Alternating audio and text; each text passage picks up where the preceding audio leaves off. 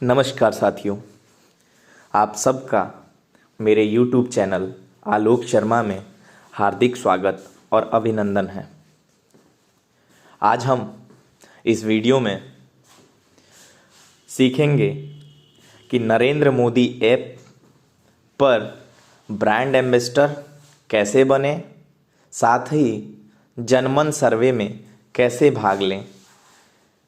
जनमन सर्वे party के द्वारा जो सर्वे कराया जा रहा है, इस सर्वे के आधार पर भारतीय जनता पार्टी लोकसभा 2024 के चुनाव में अपने सांसद के कामकाज की मॉनिटरिंग के साथ साथ लोकसभा क्षेत्र के लोकप्रिय नेताओं का एक सैंपल साइज इकट्ठा करके और जनता के बीच में जो सबसे ज़्यादा लोकप्रिय होगा उसको ही टिकट देने पर विचार करने के लिए इस टास्क को बनाया गया है।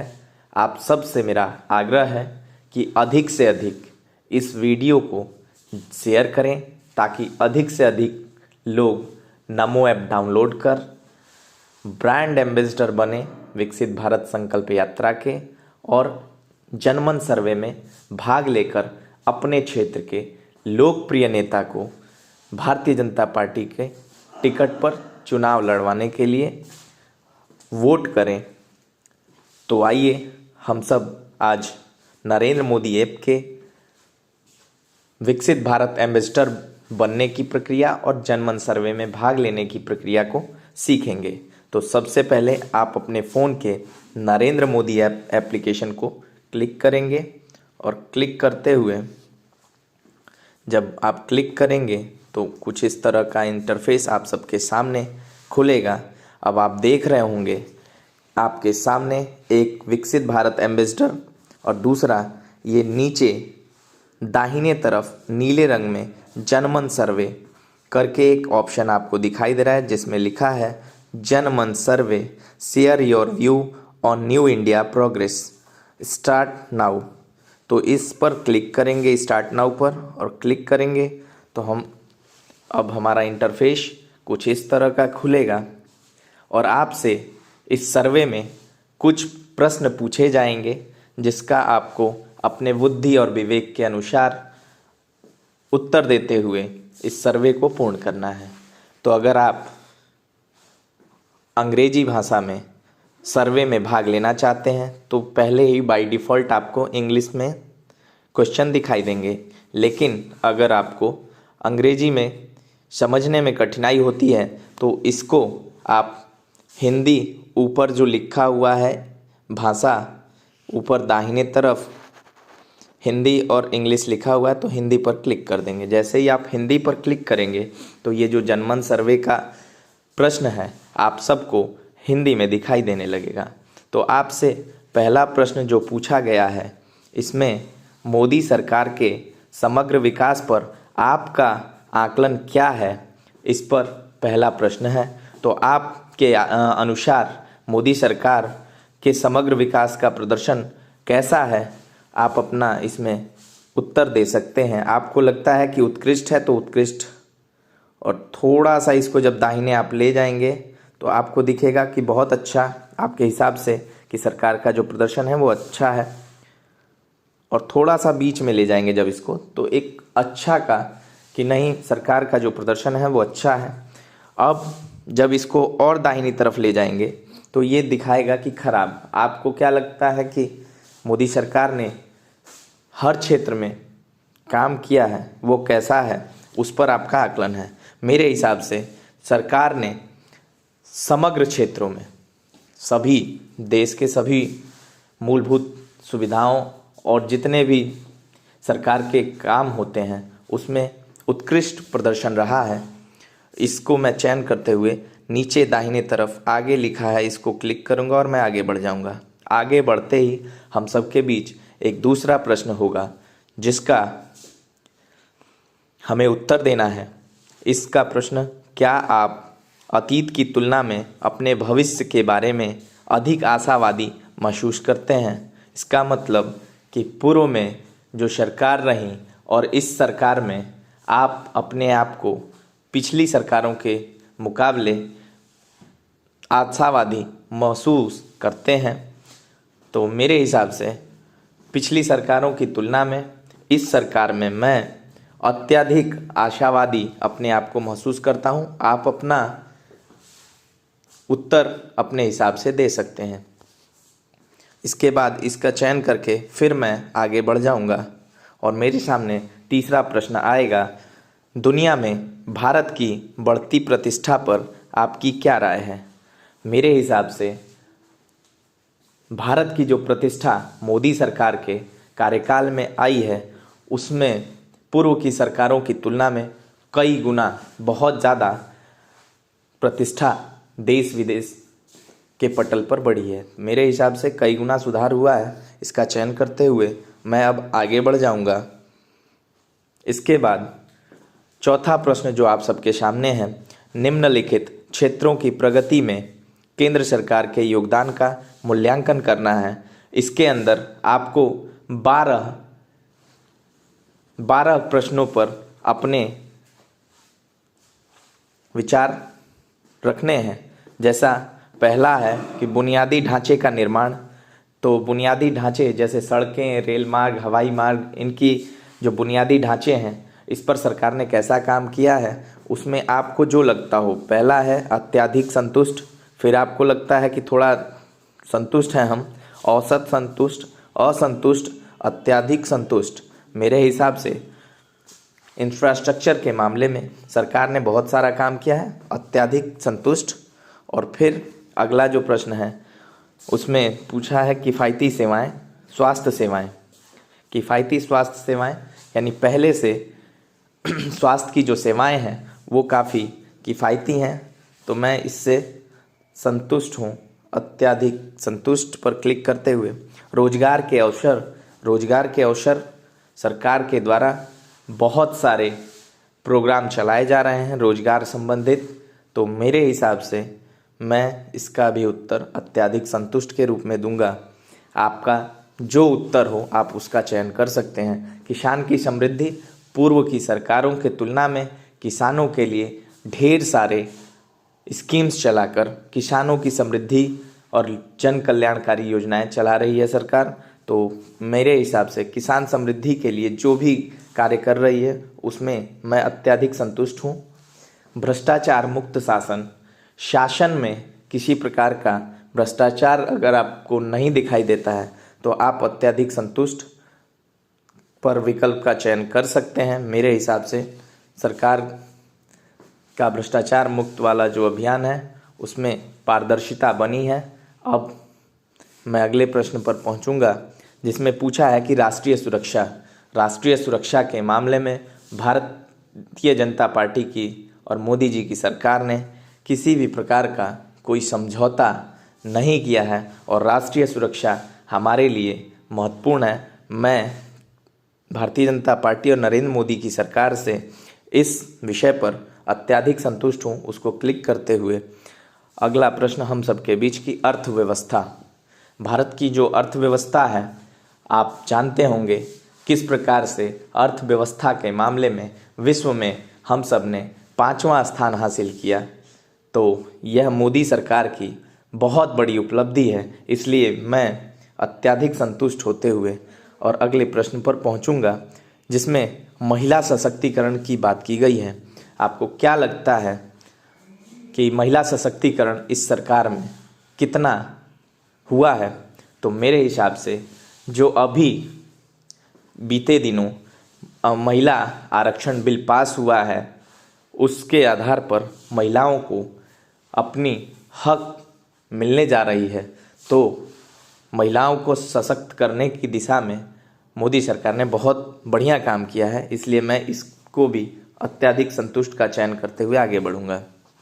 डिजिटल इंडिया के मामले में भारत की यह सरकार बहुत अच्छा काम की, आप सबके जानकारी में है, इसलिए मैं इस पे भी अत्यधिक संतुष्ट होते हुए आगे बढ़ूंगा।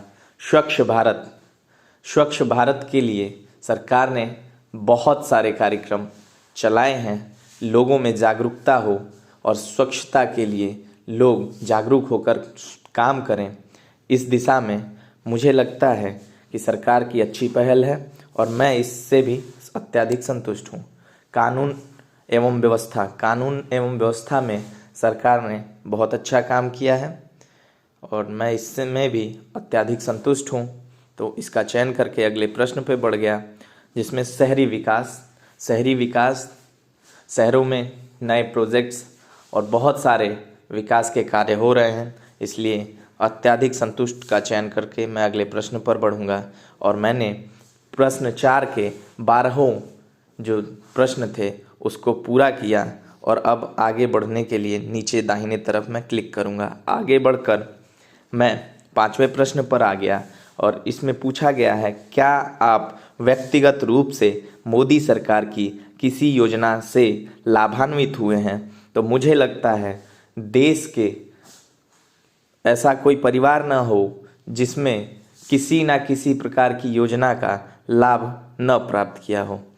तो आप जिस भी योजना के लाभार्थी हों उसका चयन करते हुए, जैसे मैं आयुष्मान भारत योजना का लाभार्थी हूं तो मैंने इसका चयन किया। साथ ही जन औषधि केंद्र से मुझे सस्ती दवाएं उपलब्ध होती हैं, मैं इसका भी लाभार्थी हूं इसका चयन करके। इसके बाद डिजिटल इंडिया से सारा देश लाभान्वित है, तो यह तो कंपलसरी हो चुका है, यह सभी के लिए जनरली इसका चयन कर सकते हैं।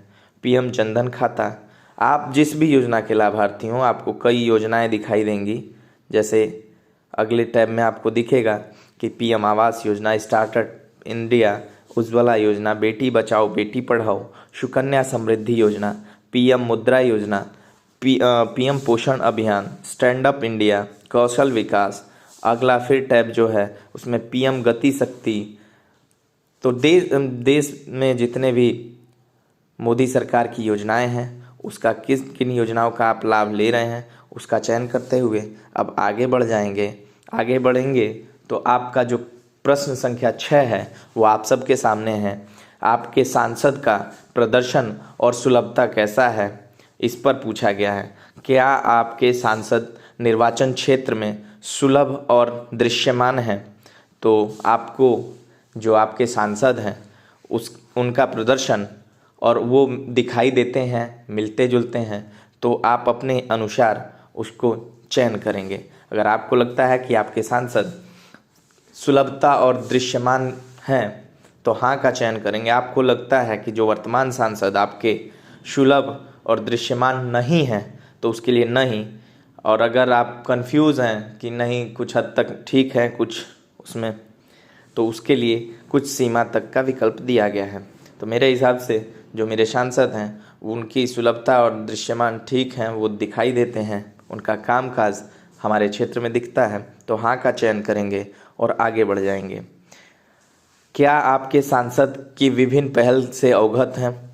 आपके सांसद के किन्हीं विशेष कार्यों का जो पहल किया गया उससे क्या आप अवगत हैं? अगर आप अवगत हैं तो हाँ, नहीं तो नहीं, और कुछ नहीं कह सकते उसके लिए कुछ सीमा तक।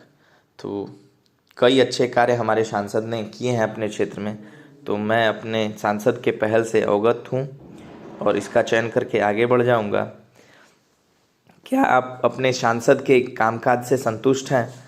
तो आपके क्षेत्र के जो सांसद हैं उन्होंने कैसा काम किया है, उनके काम के आधार पर क्षेत्र की जनता संतुष्ट है तो हाँ का चयन करें। अगर क्षेत्र की जनता उनके कामकाज से संतुष्ट नहीं है तो नहीं का चयन करेगी। तो मेरे क्षेत्र में मेरे सांसद के द्वारा बहुत अच्छे काम हुए, उसके लिए मैं हाँ का चयन करूँगा और चयन करके आगे बढ़ जाऊँगा। उसके बाद जो हमारा अगला प्रश्न होगा वो, क्या आपके सांसद निर्वाचन क्षेत्र में लोकप्रिय हैं?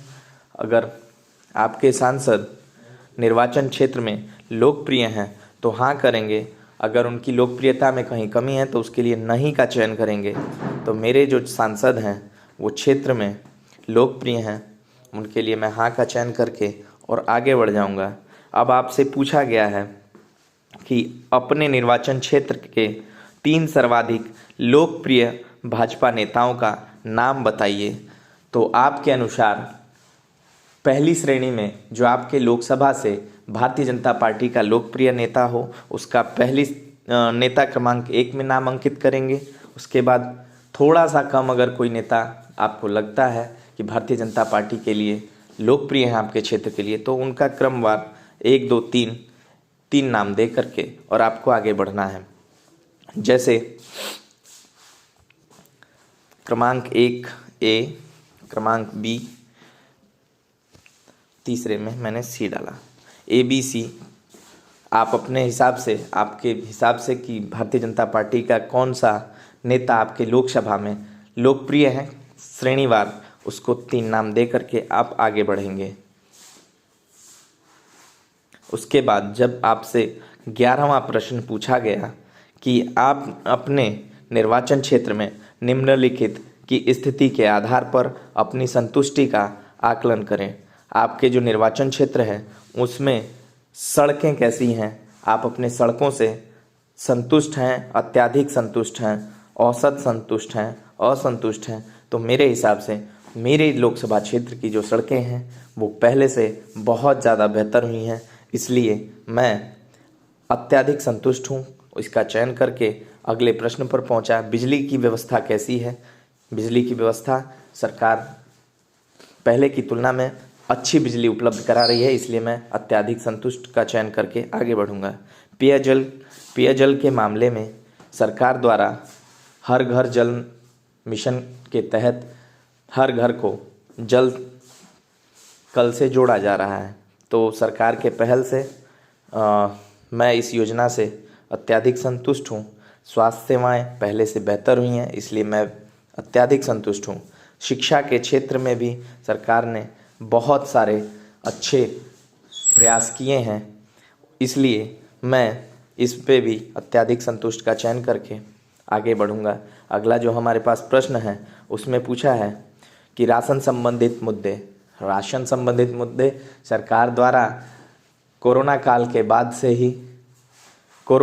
के समय से ही केंद्र सरकार द्वारा गरीब कल्याण अन्न योजना के तहत 80 करोड़ लोगों को मुफ्त राशन मुहैया करा रही है, इसलिए मैं इस मुद्दे पर अत्यधिक संतुष्ट हूँ।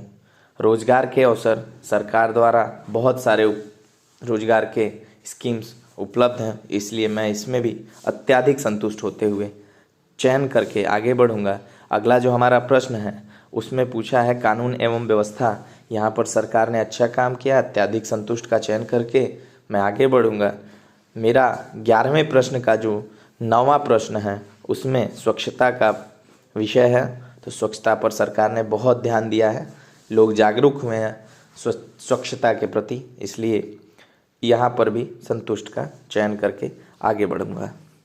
आगे क्लिक करते ही आपसे 12वां जो प्रश्न पूछेगा उसमें प्रश्न होगा मतदान करते समय आपके लिए कौन सा मुद्दा प्रमुख कारक है? आधारभूत संरचना यानी सड़कें, जो भी मूलभूत आधार संरचनाएं हैं उसमें अच्छा काम करी है सरकार, इसलिए मैं इसका चयन करूंगा। आर्थिक प्रबंधन एवं मुद्रास्फीति ये भी ठीक है। सांस्कृतिक मुद्दा सरकार का बहुत अच्छा रहा। कल्याणकारी योजनाएं भी सरकार की ठीक हैं। नागरिकों की मुद्दे भी ठीक हैं। प्रधानमंत्री पद के उम्मीदवार, चूँकि भारतीय जनता पार्टी से प्रधानमंत्री पद के ऐसे उम्मीदवार हैं जिनका नाम आज विश्व के पटल पर जोरों से चमकता है, ऐसे प्रधानमंत्री मोदी जी भारतीय जनता पार्टी के प्रधानमंत्री पद के उम्मीदवार हैं, इसलिए मुझे भारतीय जनता पार्टी के उम्मीदवार पर मतदान करते वक्त मेरे लिए प्रमुख कारक होगा। राजनीतिक दल, उसके बाद राष्ट्रवाद भारतीय जनता पार्टी और मोदी सरकार की प्रमुख मुद्दा रहा है, इसलिए मतदान करते समय मेरे मतदान का प्रमुख कारक होगा और इसका चयन करके मैं आगे बढ़ जाऊंगा। अगला जो प्रश्न होगा वो मुझसे पूछा गया, क्या आप 2024 में लोकसभा चुनावों में भाजपा को वोट देने का इरादा रखते हैं? जी हाँ, बिल्कुल। मैं तीसरी बार भारत के प्रधानमंत्री के रूप में आदरणीय नरेंद्र मोदी जी को देखना चाहता हूं, इसलिए मेरा वोट भाजपा को जाएगा। मैं हाँ का चयन करूंगा और आगे बढ़ जाऊंगा। अब मेरे सामने जो 14वां प्रश्न है उसमें पूछा गया है, क्या आप विकसित भारत एम्बेसडर बनने की रुचि रखते हैं? जी हाँ। मैं हाँ पर क्लिक करते हुए आगे बढ़ूंगा और जमा करें क्लिक करने के बाद मेरा जनमन सर्वे संपन्न हो गया और मैं विकसित भारत एम्बेसडर बनकर 100 डे चैलेंज में शामिल होने जा रहा हूँ। तो यहाँ नीचे आपको 100 डे चैलेंज में शामिल हों इसके लिए लिखा गया है, आप उस पर क्लिक करेंगे। अब आप सबके सामने 100 दिन जो चैलेंज है उसको आपको प्रत्येक दिन करते हुए अपने टास्क और इवेंट्स को पूरा करना है। आप सबको मेरा यह वीडियो कैसा लगा आप सब कमेंट करके ज़रूर बताएं। मेरे इस वीडियो को अधिक से अधिक लोगों तक शेयर करें ताकि इस जनमन सर्वे में और विकसित भारत एम्बेसडर बनने में उनको मेरे वीडियो के माध्यम से मदद मिल सके। आप सबका मेरा वीडियो अंत तक देखने के लिए बहुत बहुत धन्यवाद। मिलते हैं अब अगले वीडियो में, तब तक के लिए बहुत बहुत धन्यवाद।